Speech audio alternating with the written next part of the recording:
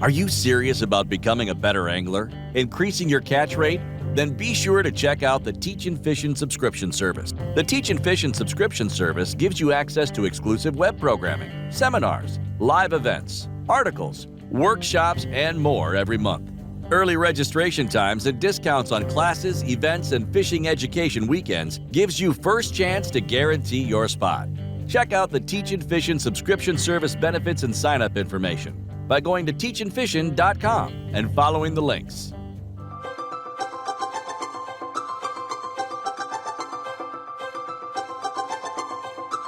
Welcome to Teachin Fishin Coffee Hour for August 24th, 2020. We are kind of catching up with everybody. Hey, Barry Brown, I saw you got your boat rig. Good to see. John Szalka says they lost a gentleman a couple years back on Zucky Lake. Jumped off his boat to help his son and a friend back to the boat, then went under trying to climb back in the boat. And that's where we're going to start tonight. We're going to talk about that. Danny Woodward, I'm going to kind of paraphrase his story that he was kind enough to share with me today. So we got a lot going on today. So good to see everybody. All right, first of all, I want to talk about boating safety. And look, I know some of you are sick of it. I get it. It's not a sexy subject. It's really,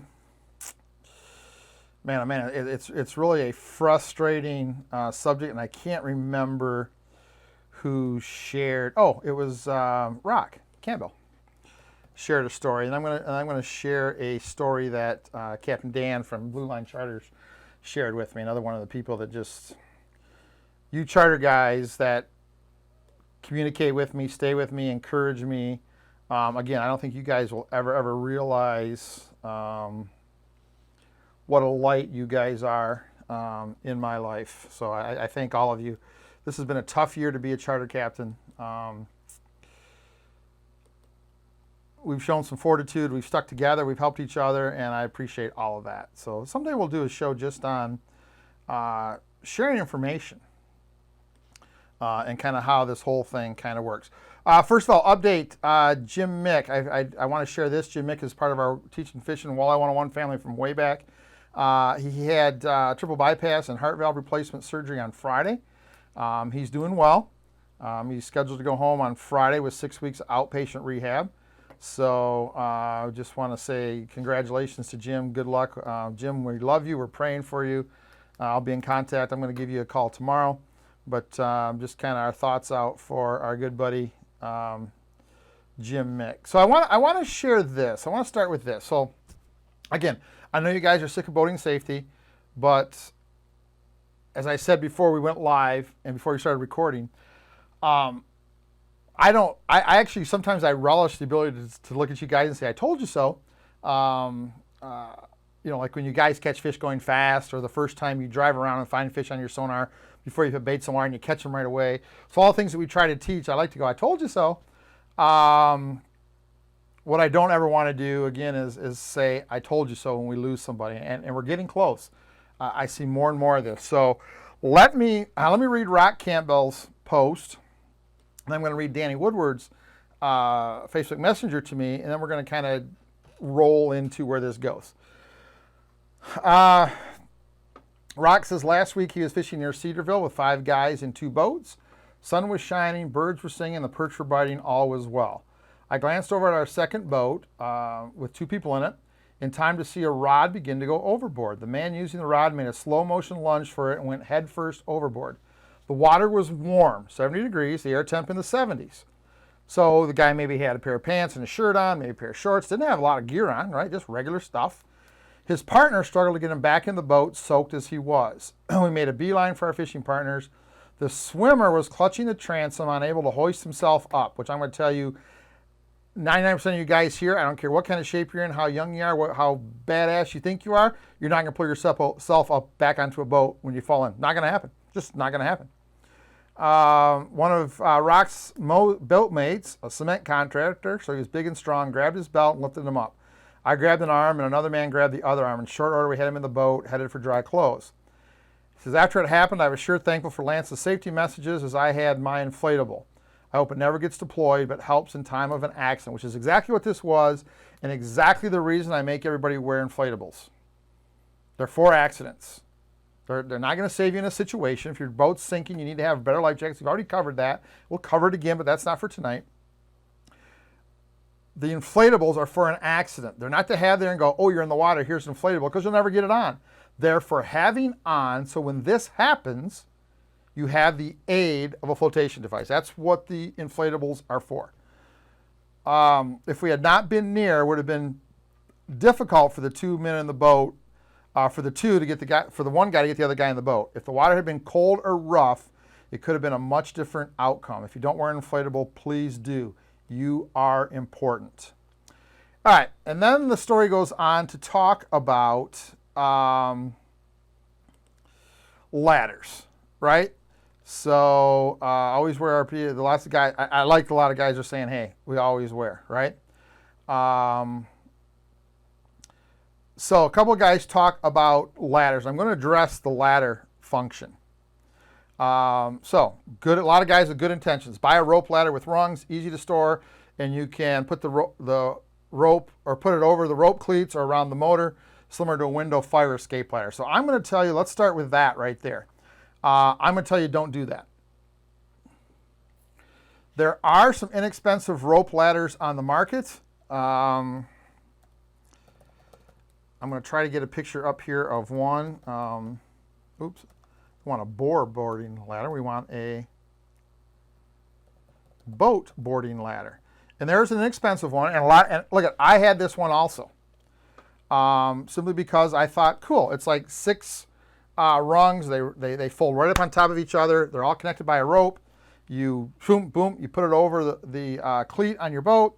You've got 6 rungs in the water, and you have the illusion. Okay, remember we talked about everything that happened with me when I had to go in the water with my PFD and thought I was going to be okay with those PFDs?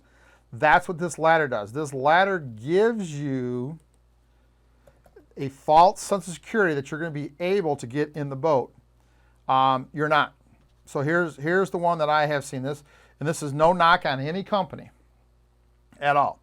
This is made by Atwood. And I don't know if you can see the picture now, because who knows what people do with pictures on the internet. It drives me nuts. Give me a picture, let me see it. I'm not going to steal it. If anything, I'm going to use your picture to show people. But that's it right there. So 1, 2, 3, 4, 5 rungs, some rope, and those rungs all kind of collapse on each other, and they're about 12 inches wide.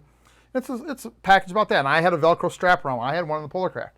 The problem with that right there, and if you think that's going to get you back in the boat, unless you are a trained trapeze artist, you are kidding yourself. Because what's going to happen, this rope is going to be attached to your cleat. You're going to put your foot here, and that rope is going to go underneath the boat.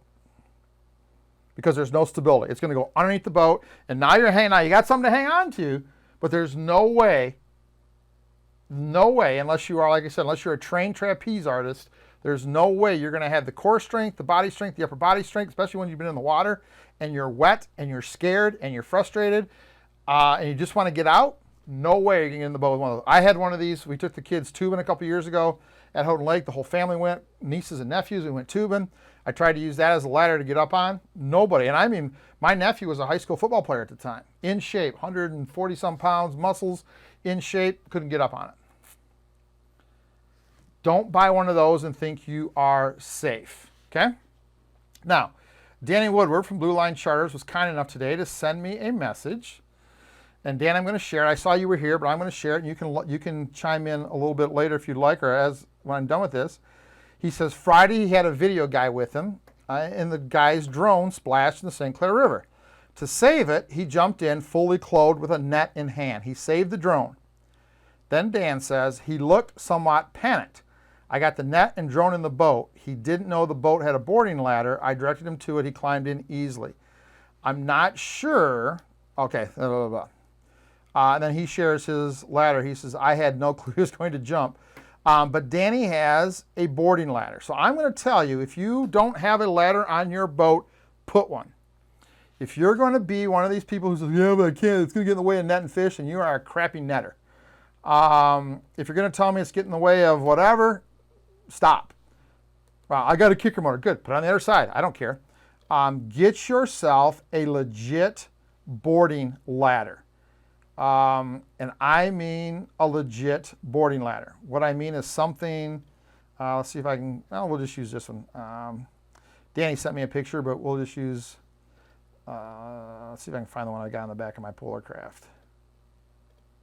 I don't care. Find one with a step, or if you want to call it a seat, or you want to call it a shelf, whatever. I don't care what you want to call it. Find yourself one like this. Let's see if I can get this. So find yourself one like this. It has 3 steps. I would tell you 3 or 4 steps, and it has a deck or a place to sit. Get one of those on your boat. The steps fold up on top. They're out of the way. That folds down. I prefer at least 3 steps. I want to be able to get in there and be able to, I like to be able to grab the hand holds and get my foot on the bottom rung without having to lift my foot too high. Because I'm going to tell you, I don't care what kind of shape you're in. You're in the water for 4 or 5 minutes. You're soaking wet, especially in spring or fall or winter when you've got gear on, you've got fleece on, you've got rain gear on, you've got boots on.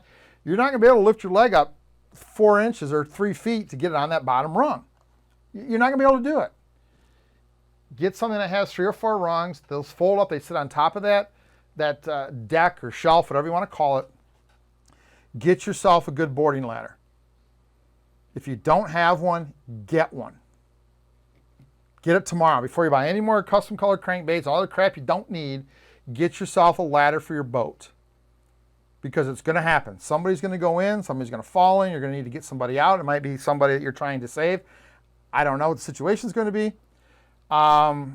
Get yourself a boarding ladder and make sure that you have a good enough one to get on there. Okay? So that's where I want to go with that. Sit tight, Paul.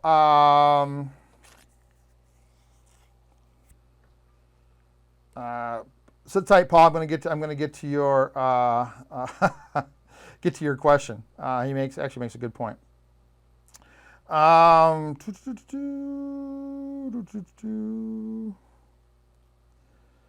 Anyway, I can't see your comments when I was doing the other thing. So Danny's got a Ranger. He says the Ranger boarding ladder folds up nicely, opposite side of the kicker motor. That's what I've got. I've got on the other side of my Polar Craft, I have a Tom says, ever see the rope ladder at the fair? Kind of hard to get up. Now imagine you're exactly the deal. If you want to do something you can store, Neil.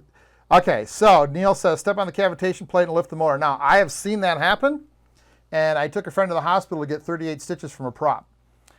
He went to step on the cavitation plate, started to lift the motor, he slipped, went down on the prop, boom, prop cut about a 6-inch slit right across his thigh.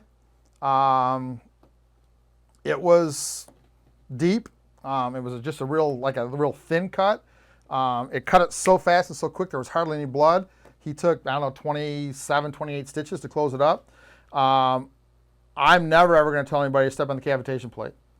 I'm going to tell somebody to get yourself a ladder attached to the transom of your boat. Simple. Again, don't tell me you can't work around it. Don't tell me it bugs up your net. You stop. Stop. Just stop. So John Gall just from Pro Walleye just sent me a video about a guy. I can't really see it without getting out of here. But it's from a guy named Lake Fork Guide, a guy down in Texas. Okay, here he goes. I had something happen this morning that's still giving me chills. I was running into my starting area this morning and took a route I don't normally take. I noticed off in the distance a boat that had the trolling motor down, but I couldn't really make out if anyone was in it. The boat was so far off, I'm not really sure why I chose to investigate, but I did. I was weaving through a stump field, and as I got a little closer, I could see someone barely above the water holding on to a stump. A man fishing alone had fallen out, and his life jacket failed to inflate. My customer threw him a life jacket, and we got him in my boat by using my ladder. The whole situation has me pretty shaken up. I don't know why I ran the route I did or what made me investigate, but I'm so happy I did. The man gave me a call, blah, blah, blah, blah. So there you go. And again, 2 great points. Number 1, I have yet to have a inflatable not work. I either hop in a pool in the fall or I pull the cord. I've had every single one for the last 10 years that I've tried, and I pull them all because I reset. When I'm done fishing in the fall, I either go to a hotel or I'm at a hotel and I take one with me and I jump in the pool, or I give it to one of my friends, the kids, to jump in the pool, or I pull the cord. I've yet in 10 years, because then I put brand new canisters in every April before I go to Detroit River. I have personally yet to have one not work. Doesn't mean they're not going to. That's why inflatables cannot be the only life jacket you have in your boat. You need to have some Type 1s. Yes, the big, ugly, nasty oranges, we've had this conversation before. You need those so if there's a situation on your boat is going down, you're going to sink, and an inflatable doesn't work, you've got a life jacket. Don't count on those Type 3s with that everybody wears, right? Just the nice, comfortable ones with 2 straps. Those aren't going to keep you afloat, honestly, for longer than 15, 20 minutes. If you've got to spend any time in the water, they're not going to help you. If you are unconscious, they're not going to help you. They don't turn you upright. Type 1 life jackets are designed to turn an unconscious person upright and to float you for about 48 hours. Get Type 1 life jackets in your boat. If you're taking 2 people, only put 2 in because they're terrible. They take up a bunch of room. I get it. If you got 3 people, only put 3 in. If you got 4 people, put 4 in. Use your inflatables as what you wear in case of an accident. But if there's a situation, get those Type 1s on. I cannot stress that enough. But get yourself a good ladder. Charlie, Roy says he's looking to add a ladder to my Ranger. Roy, talk to Danny. I think you might know Danny Woodward. Sean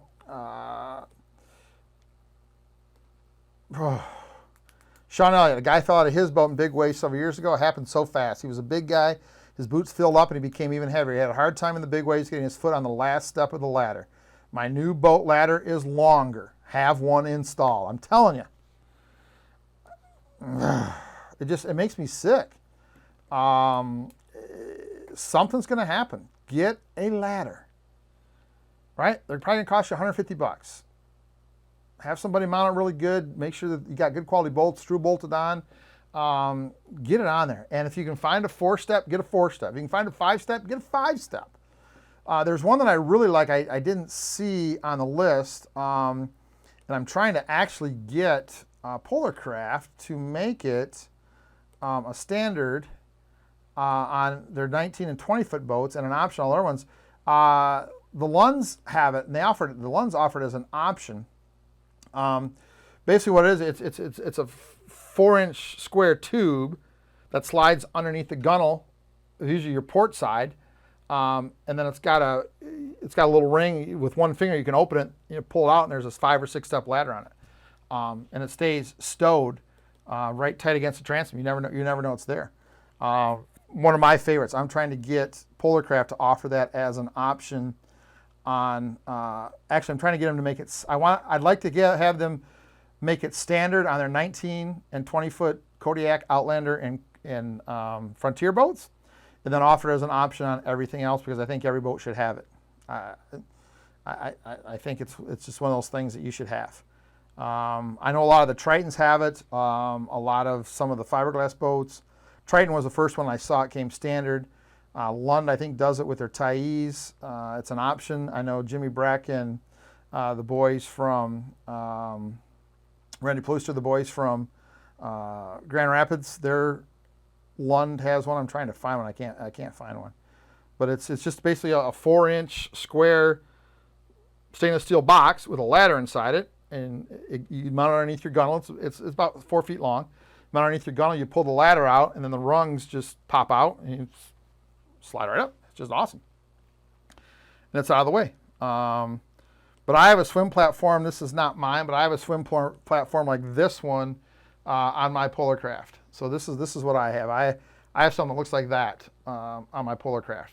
The steps go up over top, but I have something it has 2 handles. I have something like that on my Polarcraft, and I would not ever be without it. So anyway, that's my preaching for tonight. If you don't have a ladder, get yourself a ladder. So there you go.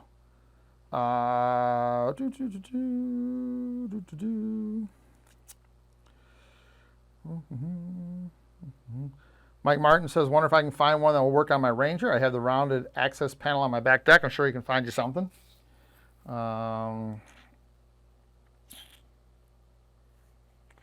Brian says, kicker, 150, ladder, no problem. Yeah, I've never once had my ladder. He says, netting fish, no problem. I agree with that. It's perfect. Lawrence says, some boats won't handle a ladder like that. His StarCraft 186 won't. Which one are you talking about, Lauren? You're talking about the one that goes inside or one that goes on the transom?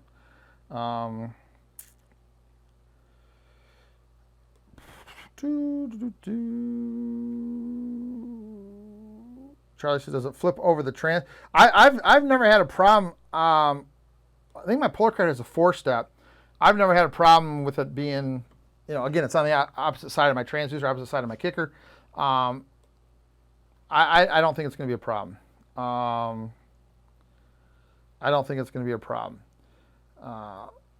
So yeah, I'm just not a big fan of those throw over rope ladders. Again, unless you're in excellent shape, and again, unless you are a accurate, Cirque du Soleil performer, you're not getting in the boat. I'm telling you, you're not getting in the boat.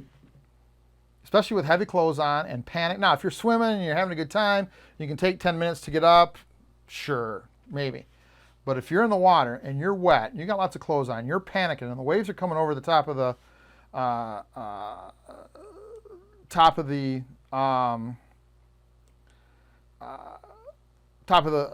there we go, there it is. Thank you, Mike. So let's see if I can make this bigger. I don't know that I can. It's one of those things. Depending on I can get a zoom. So let's go back. So there's that ladder that goes inside. So this is a hole in your transom. These fold up and this slides in there. So there's basically a 4-inch square tube that this goes back into, and it sits flush with the transom. It's an awesome. There's some better pictures of it right down here. So that's a little bit longer one, and it just slides underneath. They're awesome. I don't know why every boat. Thank you, Mikey. I don't know why every boat manufacturer. Whatever.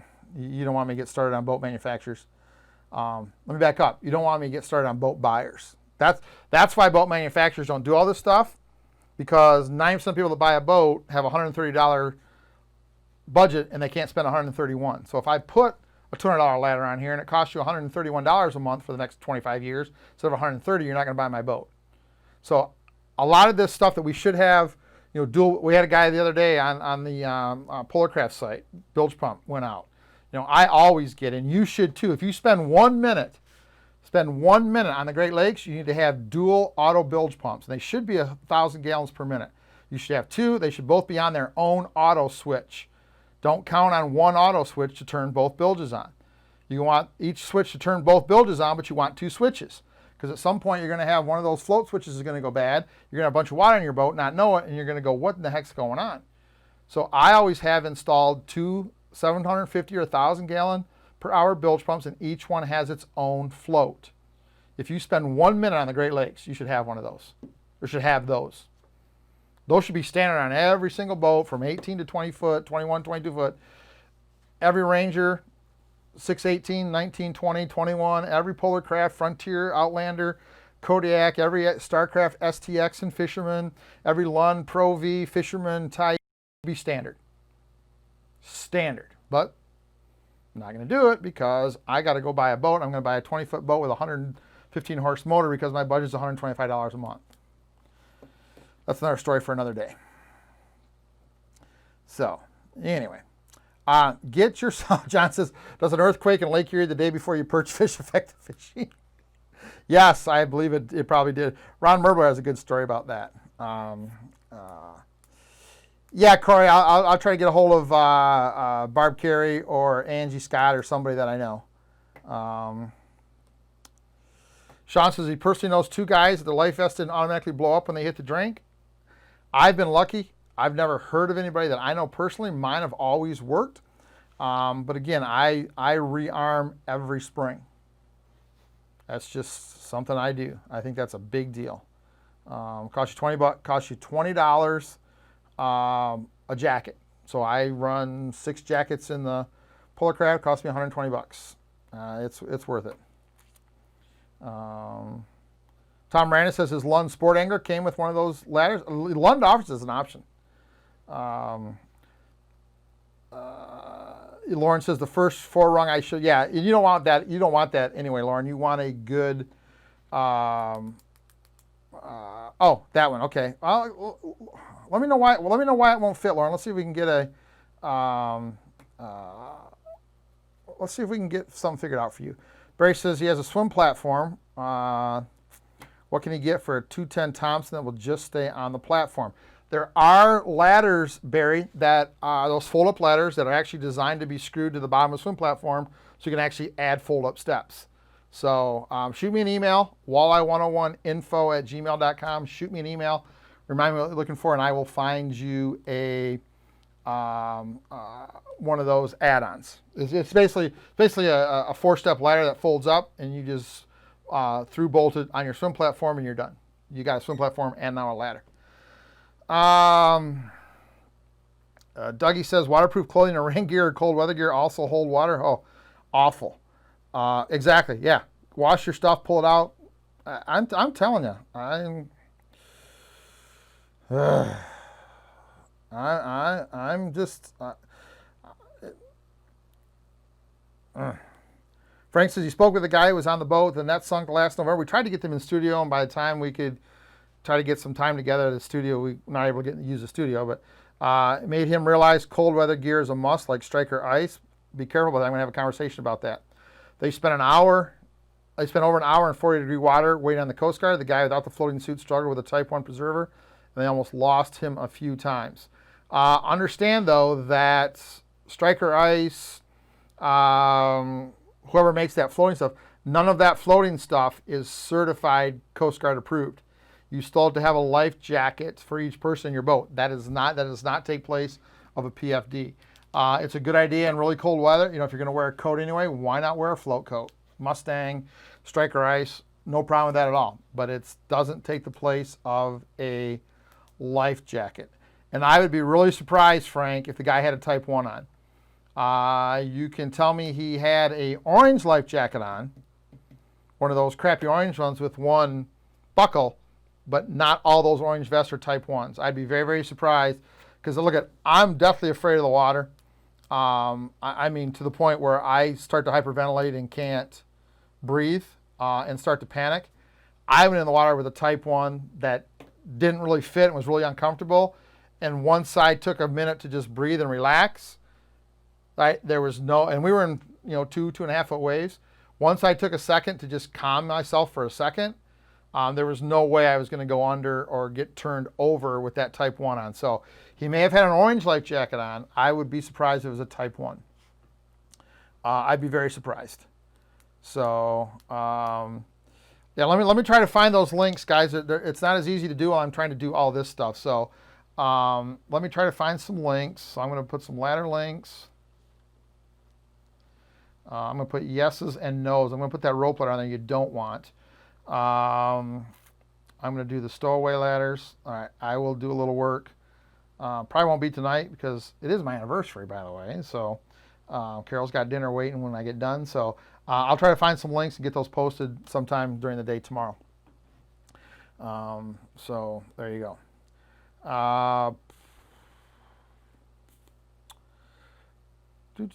Doug says Bearcat makes a good pontoon ladder. Let me check those out.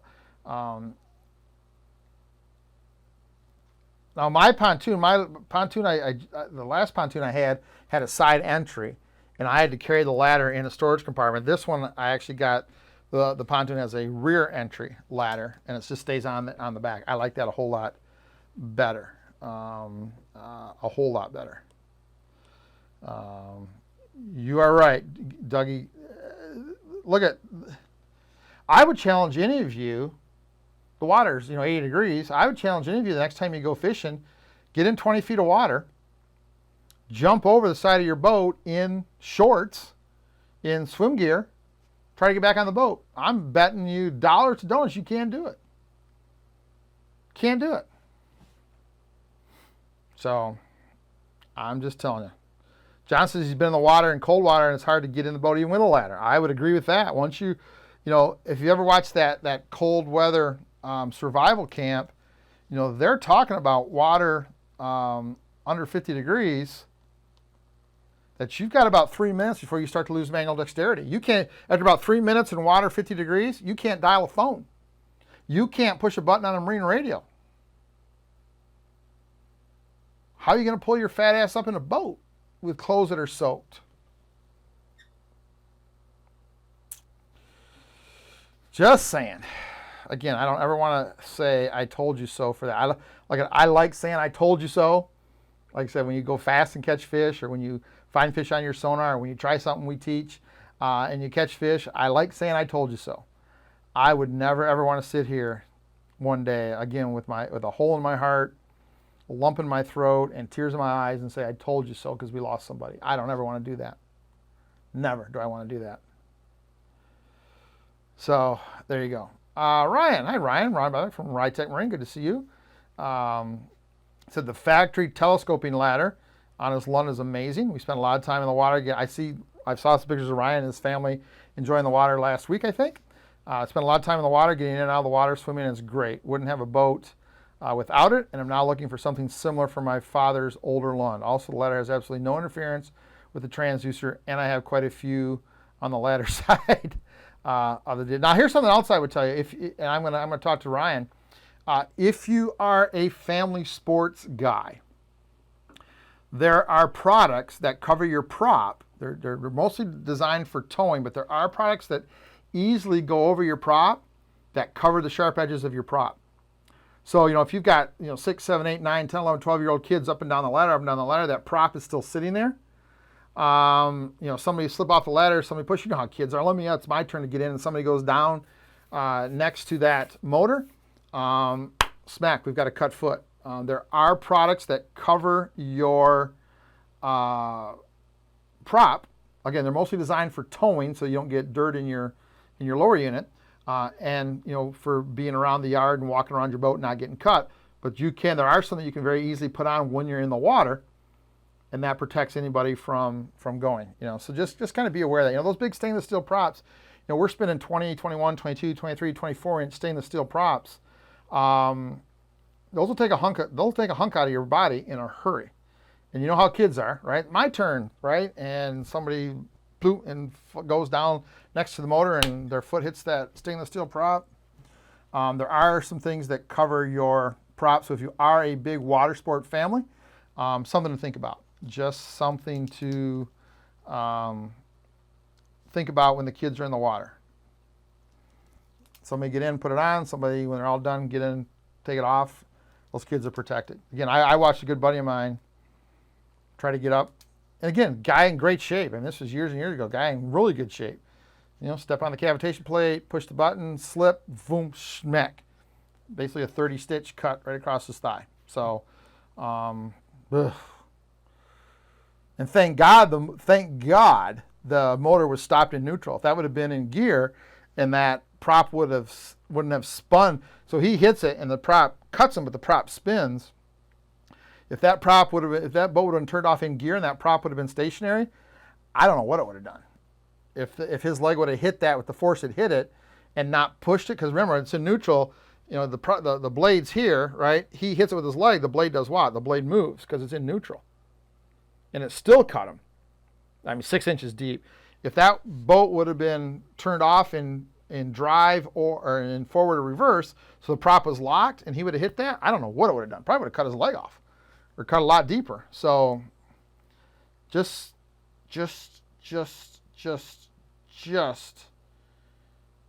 be careful. Please. Ryan, great point.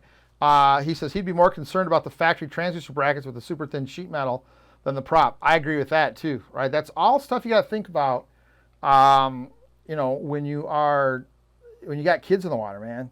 You got transducer brackets that got sharp edges. You've got transducers that can snap off. You've got the prop down there. You got all kinds of bad stuff, man, that can just happen. Just be concerned with that stuff. So. Ryan, you need to make a fold-up transducer hood that folds against the transom. When you go swimming, it folds down and covers all your transducer mounts. You know, comes out like, you know, perpendicular to the transom, and nobody can hit them. Get busy. Anyway, all right. So that's enough about that. You know, you guys know I'm passionate about. You guys know that I'm passionate about safety. I don't have to share that. You know, and again, it's like everything else in this world. Anything you're going to be good at, right?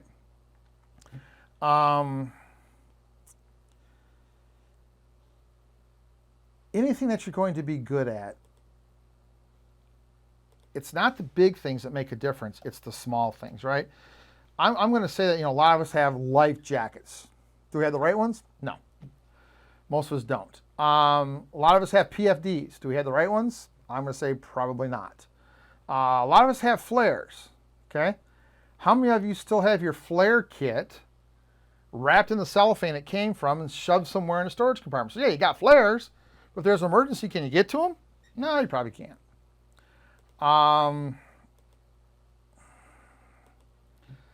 So here's a slide I did in the boating safety seminar. Let's see if we can get it to, there you go. So I don't know how good you guys can see that. I'll try to share that. Boop.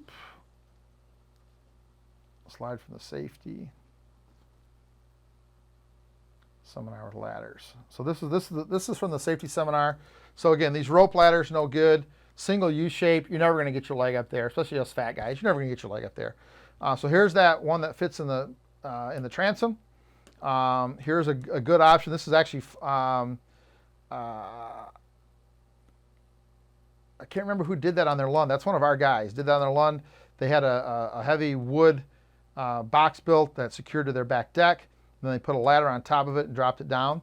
And Barry, that's what you're going to do. Just buy one of these ladders and secure it to the top of your swim platform. They'll just drop down. It's pretty simple to do. I think that was Forrest on his Lund before he bought my Polarcraft. Then this is another option. I don't like this option, but it's a decent option. It goes on the motor mounts of your big engine and gives you a two-step ladder that actually you pull this out and those rungs actually slide down. So it actually gets down, you know, at least to the depth of the prop, if not below the prop. That's a good option. My favorite options are these, or a swim platform with some kind of foldable ladder. Those are my two favorite options. So whatever that's worth to you, just kind of keep that in mind. And I'll get some links again. It won't be tonight. Like I said, I got anniversary dinner waiting, but we will definitely do. We'll definitely get you guys a link to something. So okay, 7:38. We've got 20 minutes. Let's open this up to Q&A. We'll do some. We've got a couple weeks to talk about fall walleye fishing. So we've kind of beat the safety thing to death. So let's kind of go Q&A. If you asked a question earlier, ask it again, because again, as I zip back and forth, I lose these things. Ryan says that his Rytech mounts can basically be used as steps. Are no sharp edges. They're extremely heavy, and I would tell you that is absolutely 100% true, because I've got two on my Polarcraft, and they are a big deal. Jeff says, what about tripping hazards on the back of the boat? You guys know how I feel about gear, right? Rods belong one of three places: in your hand, in a rod holder, or in a rod locker. That's it. If you're not using them, put them away. If you are using them, if they're not in your hand, they need to be in a rod. They need to be in a rod holder, even when you're taking fish out of the net, right? I think we shared our process.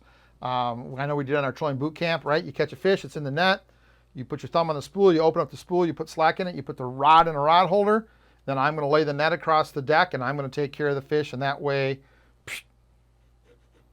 the rod is straight up in the air. So you should never have rods on the back of the deck. I feel the same way about tackle and tackle boxes, right? I use the Trax Tech planer board mounts. They have a couple holes on them for baits. So if I'm getting ready to change a bait, I take the bait I'm going to put on, I hang it on one of the holes in the planer board holder, or the tool holder, whichever one you use. use something. Don't put baits on the back deck, because what's going to happen is somebody's going to go back there and put their hand on the back deck, and now you got to take a hook out. Rule on my boat is nothing on the floor, nothing on the deck that isn't put away. So I'm going to change lures. I get a lure out, I hang it. I take the other lure off, I hang it. So now it's on my gunnel, never going to hit, always going to ever get hooked in it. I take the other one off, I put it on, I get it fishing. Once that new rod is fishing, I take the lure that's hung up and I put it in its box, and I put the box away, either in a storage compartment or where it goes. Basically, on my polar craft, from the back of the driver and the passenger seat, when we're trolling, from the back of the driver's seat and passenger seat to the back deck, there's nothing on the floor, nothing on the decks, ever. Ever. Nets go in holders up in the air. Everything. When we're fishing on the Detroit River, nothing on the floor. Nets are in holders. I've got a rod holder for everybody, so if you're netting a fish, your rod goes in a holder. If we're running from spot to spot, your rod goes in a holder. I've got little containers on my track stick. Actually, they're cup holders with little inserts. If you take a jig off or a plastic off and you don't want it, put it in there. Don't sit on the floor. Don't put it on the deck. My rule is extremely simple. So Jeff, I'm kind of answering Jeff Spears' question. You want it, no trip hazards? Nothing on the back deck. I used to have a rod holder that held 3 rods on the front face of my back deck. I took that off because every time I went to step up there on the back deck to net a fish, about every third time I'd hit that rod holder and kind of stumble. I took it off. Took it off. I don't like anything on the floor. My pontoon is easy. There's nothing on the floor. And we don't have a lot of storage space on the pontoons. One of the things we don't have, one of the negative things about the pontoon, the one little negative thing I can find, is there's not a lot of storage space. So all my tackle boxes are up. I can put 4 underneath the seat. So the 4 3600s I'm using that day, the baits I'm using, go under the seat. I've got room along the side panels, inside the side panels to put a couple boxes. The rest go underneath the seat. I have a cooler on the floor. It's in front of the front deck. I don't bring it from the what I would call the fishing area. There's nothing on the floor. If you've got a smaller boat and you've got stuff stacked back there, you need to figure out a different way to store stuff. Build some storage or build some boxes or buy some bins. You can put all your stuff on the front deck if you're trolling. Screw some bins down to the floor. Get some of those cooler holders, little four little corner pieces. Then you strap a cooler down. Get a cooler. Put all your gear in that cooler. Close the cooler. Get one of those on each side of your front deck. Get the stuff away from your fishing area. That's how accidents happen. That's how hooks in the hand happen. That's how stuff gets broke, and that's how people have accidents. So I'll make it simple. Don't do it. If you want to not have tripping hazards on the back of your boat, don't have anything on the back of your boat. It's that simple. It's just that simple. And if you've ever fished with me and left a bait, a planer board, or a rod on the floor, you know. I'm pretty much Catholic school, none with a ruler. You don't do that. You don't do that. So that's how you prevent accidents from happening. Is don't have stuff out that can cause accidents. Just don't have stuff. Look, there are all kinds of containers now that you can put stuff away. There's all kind of box holders. There's all kinds of stuff. Anyway. Al Havens, hi Al, said he bought a new Warrior. Good for you, 2121, and was one of the first things he talked to the salesman about was adding a ladder, one of the cheapest options I added. You betcha. You betcha. Ryan says 100% had a cup holder built into the rear casting deck area that stuck out in the interior of the boat. Not only busted his shins up, but actually tripped netting a fish while my shoe got caught. Finally, I'm telling you, if you look in my boat, if you go fishing with me and you look in my boat on the pontoon from the captain's seat to the back, or my polar craft from the back of the driver passenger seat to the back deck, there is nothing on the floor. There's not a pair of pliers. There's not a lure. There's not a net. There's not a spool of line. There is nothing on the deck. Zero. I am extremely, extremely cognizant about that. Get a bait out. Change the old one, hang the old bait. When that other one's fishing, turn around, put that old bait back in the tackle box. Pretty simple. If you want to be a little more advanced, kind of something I did when I was tournament fishing, I take one box and have it empty, and I call it a hot box. So over the course of the day, if there's baits that are working or I may try again, I just have one box that's kind of sitting on my console, and I just throw the baits in there, and then I can work out of there for the day. I don't have to get all my stuff out. Right? Kind of be prepared. It's one of my biggest issues with boats is they try to put crap in them that fishermen don't need. If you looked at one of my polar crafts, the last 3, not a lick of carpet, not a lick of padding. I take all that little padding off on the inside, right? All that padding does is catch hooks, and now the fuzz starts to come out. All carpet does, catch hooks, fuzz comes out, gets nasty. I do a complete vinyl floor with a wash down, done, finished, over, simple. No stink, no smell, no crud, nothing. You get good vinyl, even when it gets wet, you're not going to slide on it. Cup holders, it's one of the reasons that I don't use, I'm going to call it a Ranger style boat for my guiding with those storage pods that come into the inside. It cuts the boat area down where you can move. I'd rather take less gear or have to find other places to put it and be able to move around 3 or 4 people in the back than only have 1 or 2 people back there and kind of have those pods. So that's one of my issues of not. That's why I don't use a boat that has those storage pods on the side. So it's just me. Yeah, Jeff, you're right. Thank you. Yeah, look at nothing. If you want to chat me, if you fish with me, you want to chat me, lay a pair of pliers on the back deck. You'll get smacked in the back of the head so fast it won't even be funny. Because how many of you have netted a fish? You take the pliers, you take the hook out of the fish, you put the fish away, you lay the pliers down on the net. Some guy goes to pick the net up to put it away, and the pliers go ploop. Right? Tool holders. Get yourself a freaking Trax Tech tool holder. Put it on your deck, and we could go for hours about why putting rod holders not on track is one of the dumbest things you'll ever do. Get yourself a piece of track. Get yourself a tool holder, slide it in the track back by the back deck, wherever you do your fishing. Put a pair of pliers and a pair of scissors in each one. Boom, you got a fish, pair of pliers, boom, the hook's out, pair of pliers in the tool holder, finished. Now there's never a pair of pliers on the floor. There's never a pair of pliers in the net. There's never a pair of pliers that gets thrown overboard. You need a pair, you don't have to go digging around. They're right here, reach. There they are, other side, reach. Hey, there they are, got pliers. It's just that, oh my gosh. John says, have you ever had a bandit you can't tune? He has one and can't get to run right. Hesitate to throw it away because he's stubborn. Stubborn or cheap, John. But darn it, this is frustrating. Now, one thing I will tell you, it happens a whole lot with the Reef Runner, but when I was playing with this bandit the other night, the sound, if you guys in the subscription service, we did a really cool seminar about how sound. There were times that rattle would stick and I couldn't make any noise. So always make sure before you tune, John, give that bait a good whack and make sure you can hear all the rattles. You can actually feel when the rattles get stuck. Make sure you can feel all the rattles. So if one of those rattles is stuck, you'll never tune it because that means it's stuck on one side or the other and the bait's going to go that way. I have one bandit that is on my keychain rack. I have baits I can't tune. I just keep them and hang them. I have one bandit that's now a keychain. I just couldn't get it right, and after 6, 8, 10 tries, I just take the hooks off it, put the hooks in my hook box because they're good hooks, and I just throw it in the box, and at the end of the season, no hooks, must be a keychain, and I hang it up in my keychain collection. So, yeah, every once in a while you get one.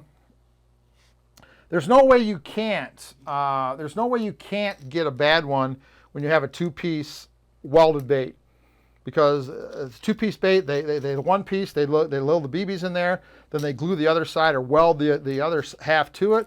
At some point, you're going to get some glue, you're going to get some welding, you're going to get a compartment that isn't completely clean. It's going to be tight, the BBs aren't going to move, and you're not going to be able to get it tuned. Or you catch enough. The other problem with even plastic baits is you catch enough fish, you get a tiny, tiny, tiny little tooth prick, and it gets a little bit of water in it, and then you'll never get it tuned right. So, yeah, every once in a while you get a bad one. But yeah, if you ever fish with me, you know how anal I am about rods on the deck. Absolutely freaking kill me. There's no reason ever for a rod to be on the deck of a boat. Ever. Changed my mind. Because the only thing that happens when a rod's on the deck is something bad. 2-piece rods become 3-piece rods. 1-piece rods become 2-piece rods. Not a bad idea. So, When's a good time of year to jig the lake? Can it be an effective way to catch walleye? What lake are you talking about, Jonathan? Anytime you have walleyes in the weeds or walleyes on structure, you can absolutely jig them up. I'll tell you that's 365 days a year on any lake. Inland lake, Great Lakes, it's 365 days a year. There are fish using structure related to the bottom, eating gobies, eating perch, living in the weeds, living on rocks, living on structure that are close to the bottom that you can jig 365 days a year. The problem is most places, especially places that have a big open water population of walleye, it's not the most efficient. You're not going to have jigging days, very, very rarely, you're going to have jigging days where you catch 15, 20, 25, 30 fish. Happens all the time when you're trolling because your baits are in front of a lot more fish at the right depth for more often. Some guys like to jig and that's all they want to do. I'm okay with that. That's what you like to do, do it. 365 days a year, Johnny. Look at your lake, find pieces of structure. Ali's here, find highways, find where two contours come really close together and fish are going to use that to move. You can jig those areas. Weed edges, deep weed edges are a great place to jig fish. Anytime you got rocks or gravel and the fish are using that rock or gravel to hunt gobies or hunt suckers or hunt chubs or hunt perch, absolutely you can catch them jigging. But the problem with jig fishing is the minute those fish aren't on the bottom, it's very, very hard to keep your jig at the right depth. It's very hard to fish a jig 15 feet down or 20 feet of water. That's where trolling comes in. You can take a bait and get it to 15 feet over and over and over and over and over again, and it stays there for a long amount of time. That's why some days trolling is much better than jig fishing. I love to catch fish on a jig. I absolutely love it. It's one of my favorite ways to fish, but it's not always efficient, right? So like Doug says, as they're trolling, they may catch one or two casting, but I don't know that you would do, he says sometimes they catch more. But I'm going to tell you there's a lot more days they don't catch as many jigging as they do trolling just because of the efficiency. It has nothing to do with anything that jigging is bad, trolling is better. It has nothing to do with that. It's just the efficiency. Your bait is in front of more fish more often and traditionally more active fish. The tighter fish are to structure, the closer they are to the bottom, the more they're in cover. Usually traditionally the less active they are. As they come off the bottom, traditionally the more active they are. So you can jig fish and catch fish 365 days a year. You just have to find the right places and understand that a lot of days you're not going to catch the numbers of fish that the guys trolling are. It's just a numbers game. But if you love to jig fish, there are places. Mike says it's horrible. He says he hates that about his Ranger. Perching isn't bad, for trolling it's a pain. Since everyone on the boat wants to watch. Yeah,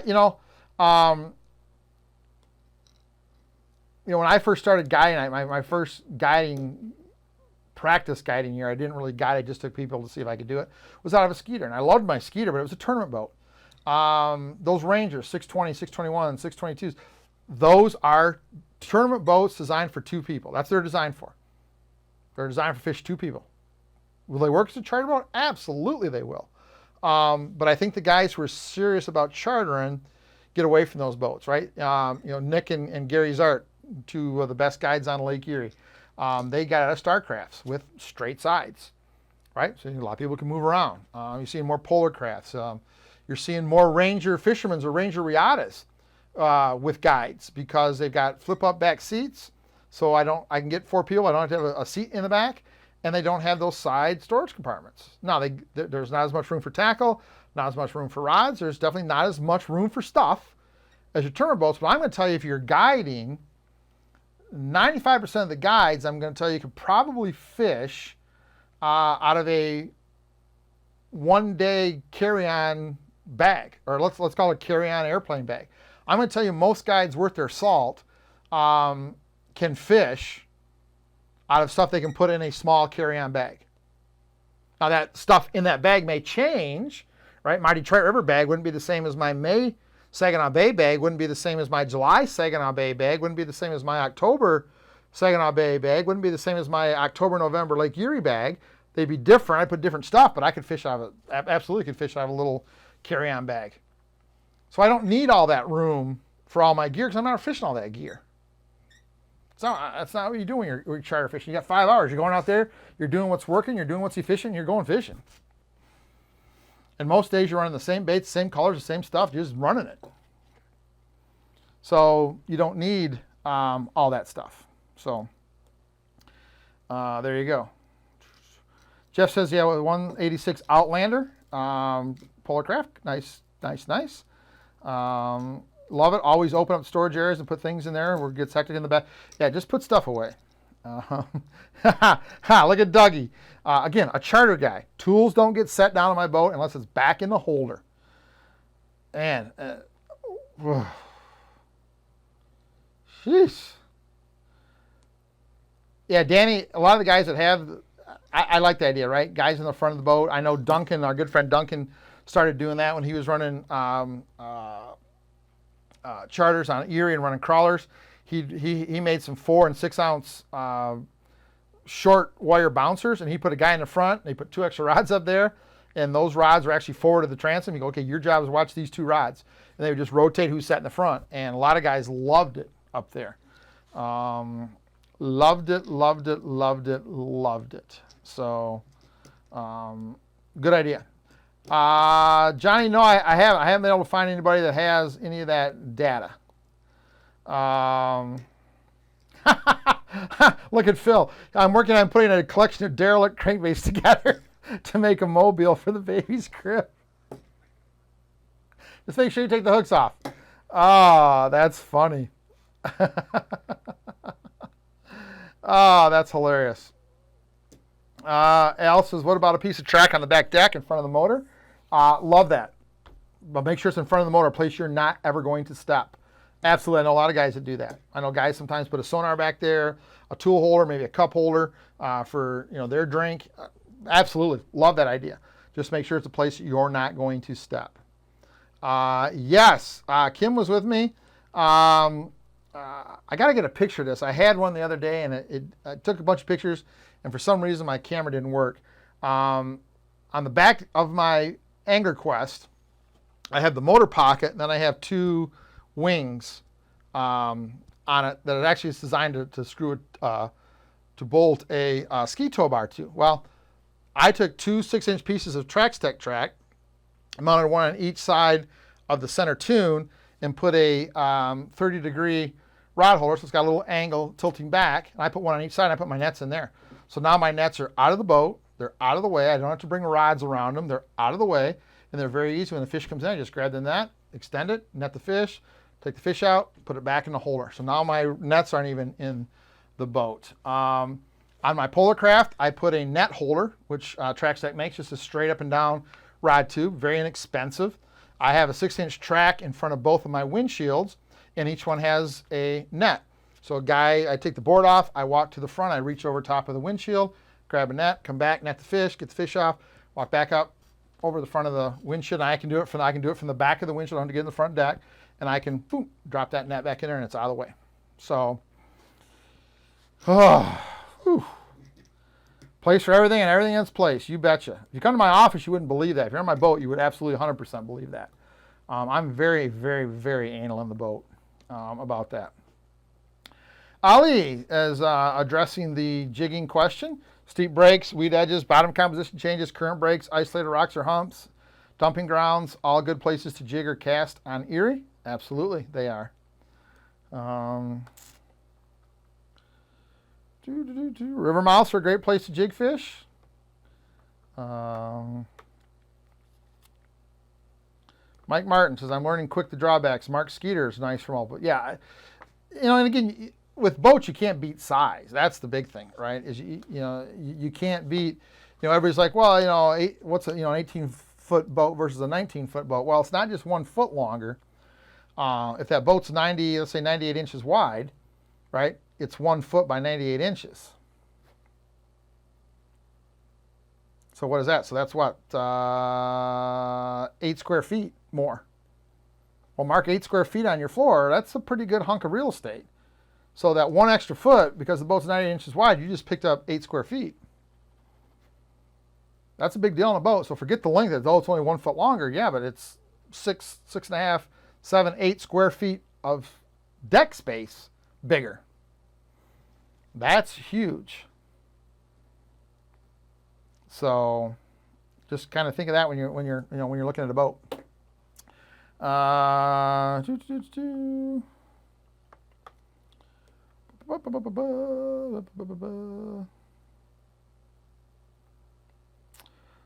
Johnny says he installed a similar setup in his Star Weld. Best mod of the season. Net holder plus an extra tube for temp rod storage or a chute line. But if you're going to do it on the back, make sure it's in front of the motor where you're never going to step. There you go.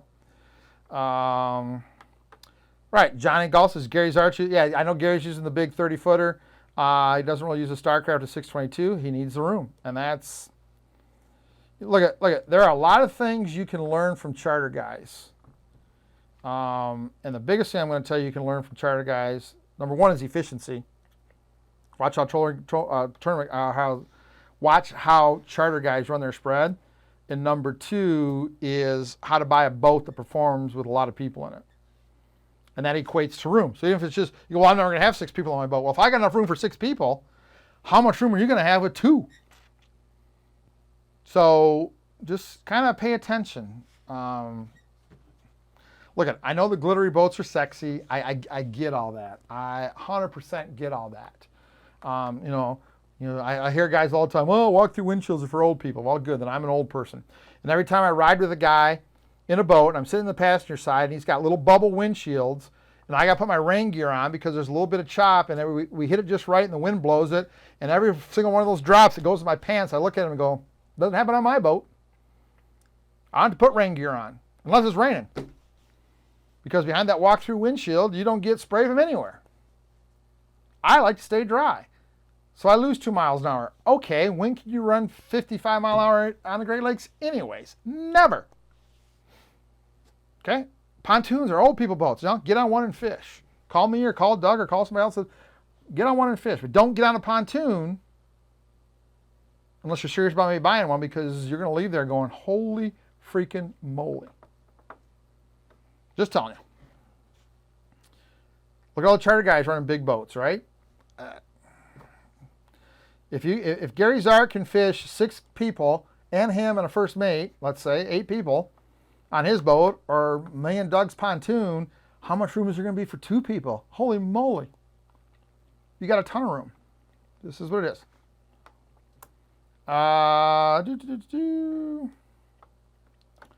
Ryan says, how do you store tools you had on the track at the end of the day or while traveling with the Polar Craft? So, Ryan, I'm going to tell you something that I have found out. That's a great question. Traveling, I don't take anything off the boat. So I've got my, on my Polar Craft, I have my Track planer board holder, 4 boards, a pair of pliers, and a pair of scissors. I never take them out. Driving down the road 75 mile an hour, they stay in there. They never come out.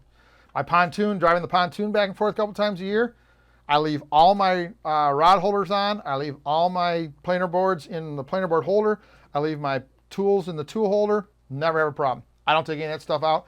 I have not lost a single thing in all the years I've traveled.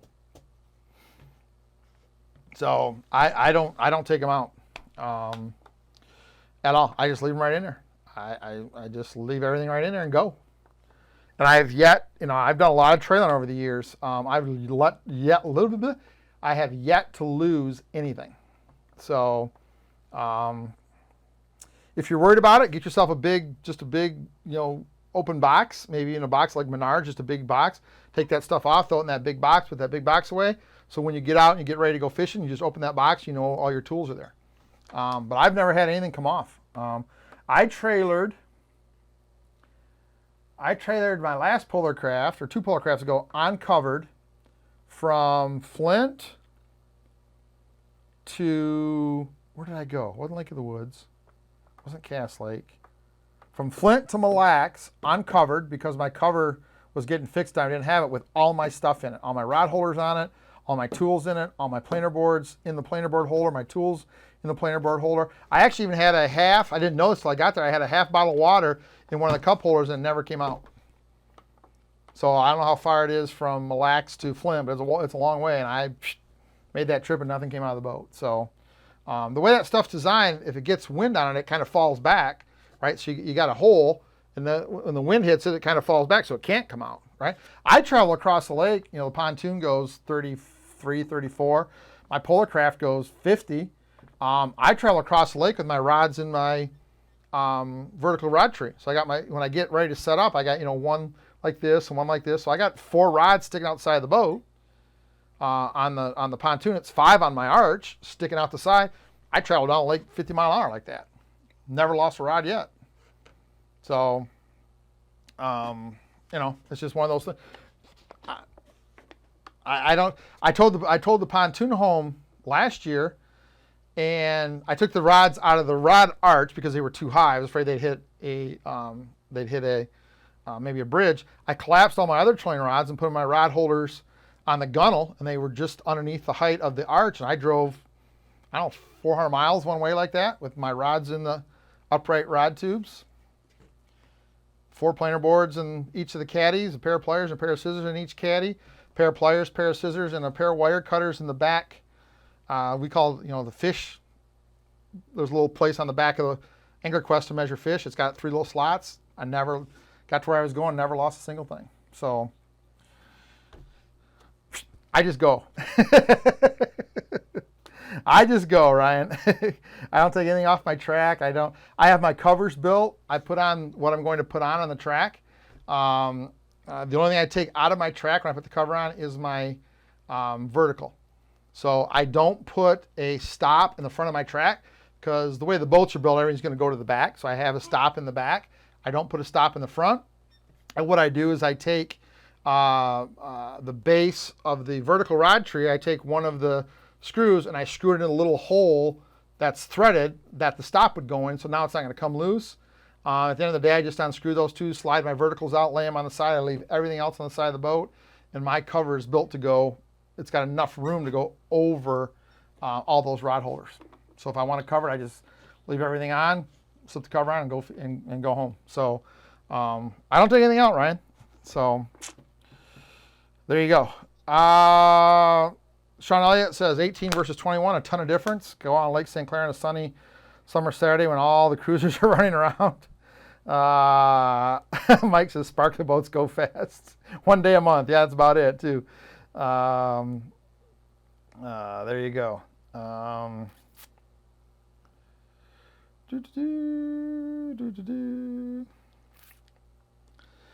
And you know, and Mike Hanksbeck makes a great point, right? He's got a 1675. He says his small boat is set up to fish efficiently, and that's the beauty of a system like, you know, the TraxTech system. You can have a 16 and a half, 17-foot boat, and you can make it fish like a 22-footer by keeping everything out, you know, having spaces for extra stuff, right? You can have extra rod holders on the front that maybe you're trolling off the back. You can have 3 extra rod holders on each side in the front to have 6 extra rods that maybe you don't have a rod storage for, right? There's just, man, oh man, oh man. I actually wrote an article. It's in Teachin Fishin. You're going to get a link right now. I think we have it there. It's called How to Make a Small Boat Fish Big. And it talks about how to turn, you know, a 16, 17, 18-foot boat into one that fishes like a 20, 21, 22. And it all has to do with getting more gear on the boat and keeping that gear out of the way. That's a huge part of this. And too many guys don't pay attention, right? Look, if you're, I don't want to pick on anybody, but if you've got a $60, $70, $80,000 boat, it's not on here. We'll get it on here later. Get that article on here later. And you're running $20 Scotty rod holders, you need to reevaluate what you're doing, right? You know, we're starting to get a lot of tournament guys putting track on their boat, either taking the rail off and putting track on their Ranger or Skeeter on the gunnel, or you know, laying it on the track, or putting it on the grab handle if you want to. And when you sell the boat, you just sell the track. You take all your gear off. You take all your rod holders and all that stuff off. You just sell it with the track, and you're done. And now the next boat you buy, you just buy a track, and you're finished.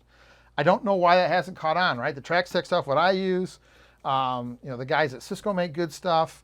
Those are my two, you know, obviously my two favorite. You know, TraxTech is obviously my number one favorite. You know, but the Logan guys down at Cisco, you know, they make some good stuff. Why are you not running track on your boat? I just don't get it. it makes me shake my head and go, I just don't understand, right? So anyway, it is what it is. All right, we're going to wrap this up. My plan was to go to 8:15. Johnny, thank you. So, yeah, and you know what, Ryan, I cover most of the time. There are, like I said, that one time I had to drive without covering because I didn't have my cover. I drive without. I drive with my cover on, and that's the beauty of a cover. You just take everything, throw it on the floor, and cover it up. Go home. Then when you get home, you know, then you can sort stuff out, right? You get in a long day, or it's rained all day. You just put the cover on, you drive home. You get home, you kind of open up the cover, let it air out, and 3 days later, you can put everything away. You don't have to mess around at the ramp putting stuff. But you know, I love watching guys at the ramp. You know, oh, here's my nets, put them in the back of the truck. Here's 6 rods, put them in the back of the truck. Just throw that shit in the boat. Buy a good travel cover. Buy a snap-on travel cover, one that snaps on, because if you're going to use it at a dock, those ones where the straps go underneath, you can't get those underneath in the water. So a lot of the boats nowadays have a little rail that runs along the outside of the rail, even the glass boats, and you put these little studs in there that have these little holders, and they widen up, and you put snaps on your cover. Now that cover snaps on. You can drive down the road at 80 miles an hour. I've done it with the cover on. Leave everything in the boat, put extra stuff in the boat, put extra clothes in the boat, extra gear. If you're going for a tournament fishing, you don't know what you're going to be doing, throw all that crap in the boat, cover it up. Then if you stay in the water, like I usually do, then you just got to snap. You go to the front, you start the front, you snap one side, you snap the other side, you hop out of the boat. Now your boat's covered. Leave all your stuff in there. It's protected. You feel a little safer. If it rains, the boat's not wet in the morning. Get yourself a good cover. There you go. Mike Martin says his DNR inspection calls his boat Sparkles. I'm going to start calling you Sparkles. Jim Lemon, I watch fishing videos to see how people rig their boats, laugh at some, admire others. Yeah, boat rigging just drives me nuts. Matt says, been there, done that, put Cisco's on a 620. Just put a piece, either take the rails off, right? And you can mount the track. There's ways to mount the track. Or put the track on the rails when you buy $1,000 worth of accessories, and when you're done, take the accessories with you and just leave the track on. Finished. So there you go. So Mike's running a 1675. He's running 8 rods. With the right rod holders and the right setup, 6 in the trees. So 1 rod holder on each side that holds 3 rods on a 6-inch platform. That's it. He needs 6 inches for track on his deck. That's it. 6 inches. And he's got a rod holder. And he can actually turn that into a 4 and either run 4 rods or 3 rods in a net in a 6-inch footprint. Don't tell me you can't fish a lot of rods on your small boat. That's silly. Thank you, Ali. Appreciate that. Thank you for all the anniversary wishes, all you guys. So anyway, all right, I'm going to wrap it up. Good day. We taped all this. I'll get back here in the office tomorrow. I will get some of these links, and then I will get this uploaded, so it'll be available in a couple days. Mike will get it up on the Teachin Fishin website, so we'll have the coffee hour up. So anyway, appreciate you guys tonight. I said I was going to be done at 8:15, and we're at 8:14, so we're going to wrap it up. Appreciate you guys. Good seeing you all. Next Monday morning, we'll be back on our morning schedule. Life's getting back to normal here for me, so be more in a little routine. I took last week off and kind of disappeared, went black. If you didn't notice, you know, I didn't answer a lot of emails, didn't answer a lot of texts. I just kind of shut her down for a week. I needed that week to kind of shut down. So we're going to kind of get back to normal here. I'm going to be up salmon fishing this week, Wednesday, Thursday, Friday, Saturday, Sunday. We'll be back Monday morning to talk about that and get back to our normal